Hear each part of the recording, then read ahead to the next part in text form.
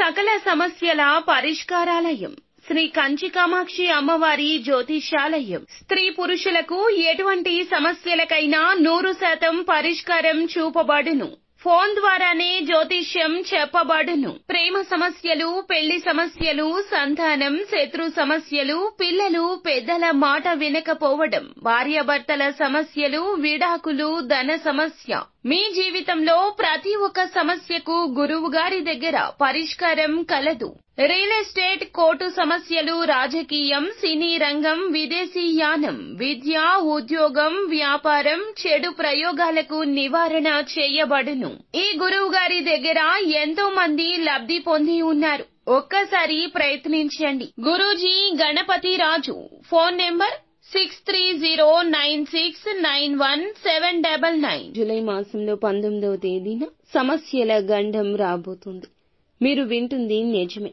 కొన్ని విషయాలు చేదుగా అనిపించవచ్చు, గొంతు మింగుడు పడకపోవచ్చు. కానీ వాస్తవాన్ని గ్రహించాలి. ఆ సమస్యను తెలుసుకోవాలి. ఏం జరగబోతుందో వీడియోలో తెలుసుకుందాము. వీడియో నచ్చితే ఒక చిన్న లైక్ చేసి మమ్మల్ని సపోర్ట్ చేయండి.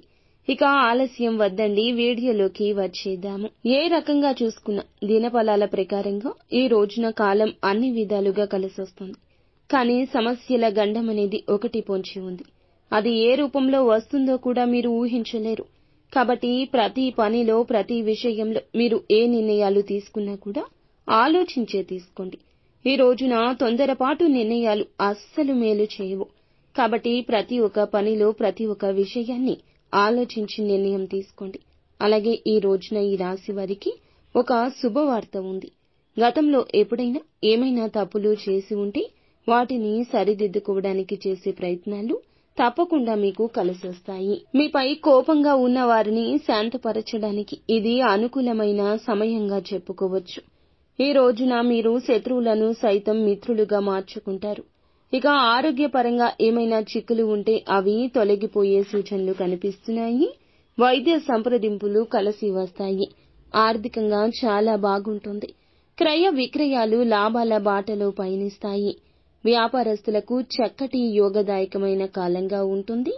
వృత్తి ఉద్యోగాల పరంగా చూస్తే అంతా కూడా బాగుంటుంది.